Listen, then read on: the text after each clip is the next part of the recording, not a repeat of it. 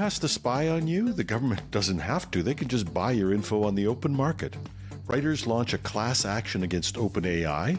The Dutch government joins with the US in restricting China's use of chip-making equipment. And, newsflash, they've figured it out.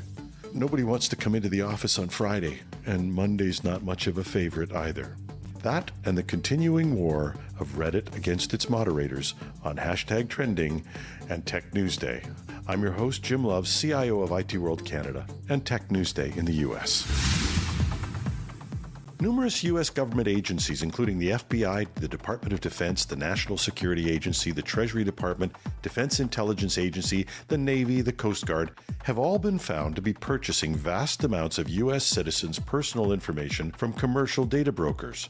This was revealed in a partially declassified internal Office of the Director of National Intelligence report released on June 9, 2023. We covered it on the show.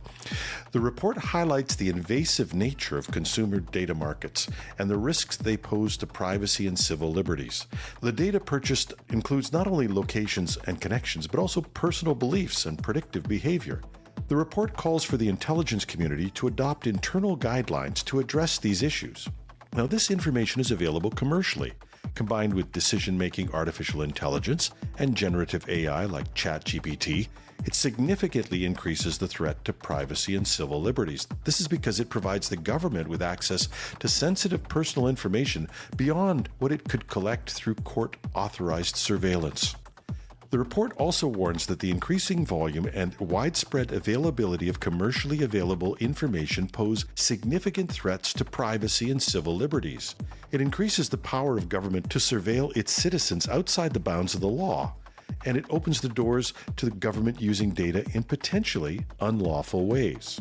The report underscores the urgent need for data privacy laws and AI regulation to protect citizens' privacy and to prevent potential misuse of data by government agencies.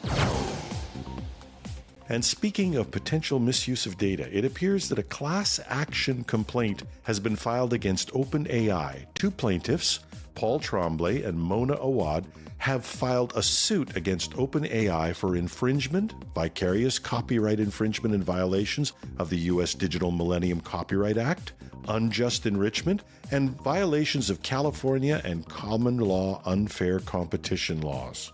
The plaintiffs state that though a large language model is a software program, it's not created the way most software programs are, that is, by human software engineers writing code. Rather, a large language model is trained by copying massive amounts of text from various sources and feeding these copies into the model. Much of the material in OpenAI's training datasets, however, according to the plaintiffs, comes from copyrighted works, including books written by plaintiffs that were copied by OpenAI without consent, without credit, and without compensation. Moreover, the plaintiffs are able to use research papers as evidence. For instance, in its June 2018 paper introducing GPT-1 called Improving Language Understanding by Generative Pre-training, OpenAI revealed that it's trained GPT-1 on a collection of over 7,000 unique, unpublished books from a variety of genres on a site called smashwords.com that hosts unpublished novels that are available to readers at no cost. The novels, however, are largely under copyright, and they were copied into the book's corpus dataset, as it's called, without consent, credit, or compensation to the authors. And in the July 2020 paper introducing GPT-3 called Language Models Are Few-Shot Learners, OpenAI disclosed that 15% of the enormous GPT-3 training dataset came from two internet-based books corpora that OpenAI simply called Books 1 and Books 2.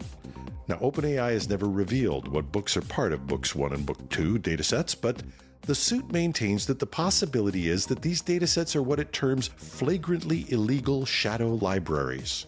And in case other large language models are breathing a sigh of relief that the suit names only OpenAI, there's an ominous warning.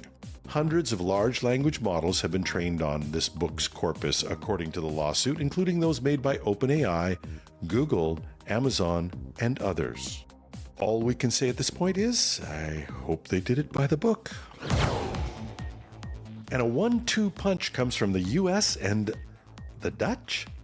The United States and the Netherlands are preparing to restrict sales of chip-making equipment to China's chip makers. in a move aimed at preventing their technology from being used to strengthen China's military. This comes as part of the country's ongoing efforts to control the flow of technology to China.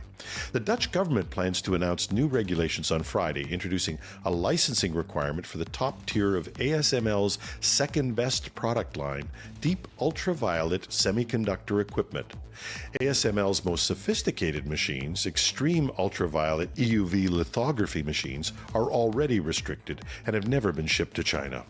The U.S., on the other hand, is expected to go one step further. It plans to introduce a new rule that will allow the U.S. to restrict foreign equipment with even a small percentage of U.S. parts to specific Chinese facilities. This rule, which will be published in late July, will require licenses to export equipment to about half a dozen Chinese facilities, including a fab operated by SMIC, China's largest chip maker. Licenses to ship the equipment to those facilities will likely be denied. These moves underscore the escalating tensions in the global tech industry and the increasing efforts by Western countries to curb China's technological advancement. And Reddit is reportedly at the end of its tether with the ongoing subreddit protest of 2023. The company is now issuing notices to the largest subreddits that remain private, setting a Thursday deadline for them to propose a reopening plan. The consequences of non-compliance are not explicitly stated, but the company has hinted at further action. The protest was sparked by Reddit's plans to charge for the use of its site tools, which led to many subreddits going private in opposition. Reddit CEO Steve Huffman's Smooth Talkin' Devil has previously criticized moderators for this move, suggesting their views do not represent the entire Reddit community and even threatening to replace them. However, the protest seems to have had significant impact on Reddit's engagement numbers. Data from SimilarWeb indicates that traffic decreased by nearly 5% on June 12th at the start of the protests, and while it has since recovered to near normal levels, the time spent on the site has declined by 16% from June 12th through 13th. This has also affected visits to the site's ad portal, leading to a decline in ad traffic. Despite these challenges, Reddit is pushing forward, directly threatening subreddit moderators to reopen their communities. The outcome of this standoff remains to be seen, but has anybody actually thought, hey, these guys are volunteers? Oops. In a cybersecurity misstep that can only be described as dough, Oak Park and River Forest High School in Illinois changed every student's password to Change Me, but it had a clever @ sign as the A, so it's very secure, following an unexpected system reset during a cybersecurity audit. This gave every student the ability to hack into any other student's account. Now, the school, which has about 3,000 students, informed parents of the password change and advised them to have their children update the password as soon as possible. Needless to say, this is far from the standard procedure for a forced password reset, which, and I'm just amazed I have to explain this, typically involves logging out every user and prompting them to change their password on their next login. The school's decision was met with criticism from parents, with one pointing out that it invited every student's account to be hacked. Indeed, some students found they could access their peers' Google accounts, gaining access to emails, classwork, and any content saved on Google Drive. Recognizing the error, the school later informed parents that a unique password process would be emailed to them. Now, does anybody else picture some poor security staffer, and I do feel sorry for him, but pulling a Bart Simpson?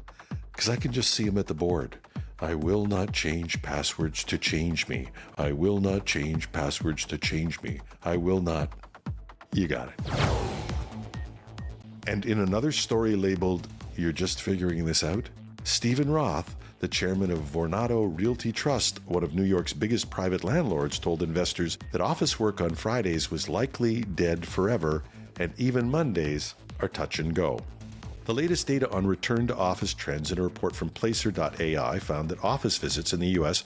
are about 60% of what they were in 2019, with people more likely to visit the office in the middle of the week. Office visits on Mondays and Fridays were just half of what they were in 2019. Despite this trend, some companies are insisting on employees returning to the office. Amazon and Meta have announced that workers will be required to come into the office at least 3 days a week. Disney CEO Bob Iger has told workers that they would need to return to the office 4 days a week starting in March. However, many workers continue to resist returning full-time to an office, and the push towards hybrid work seems to be gaining momentum. Let's see who wins on this one. And that's the top tech news stories for today. Links to all of the stories can be found in the text version of this podcast at itworldcanada.com/podcasts. Hashtag Trending goes to air 5 days a week with a special weekend interview episode called Hashtag Trending the Weekend Edition. And you can follow us on Google, Apple, Spotify, or wherever you get your podcasts. We're also on YouTube 5 days a week with a new video newscast, only there we're called Tech News Day. And if you're there, please check us out, give us a like. It all helps. We love to hear your comments, and you can find me on LinkedIn, Twitter, or on our Mastodon site, technews.social, where I'm at @TheRealJimLove. Or if that's too much to remember, just go to the article at itworldcanada.com/podcasts, and you'll find a text version with additional links and references. You can click on the X if you didn't like it, or the check mark if you did, and tell us what you think. We did the show on Thursday night, so we won't be in the office on Friday. But we do have 2 great interview shows for you this weekend. Enjoy them on the dock. Reminder that we have the Canadian long weekend, so our next daily news is on Tuesday morning. And whether you're at home or in the office, have a fantastic Friday.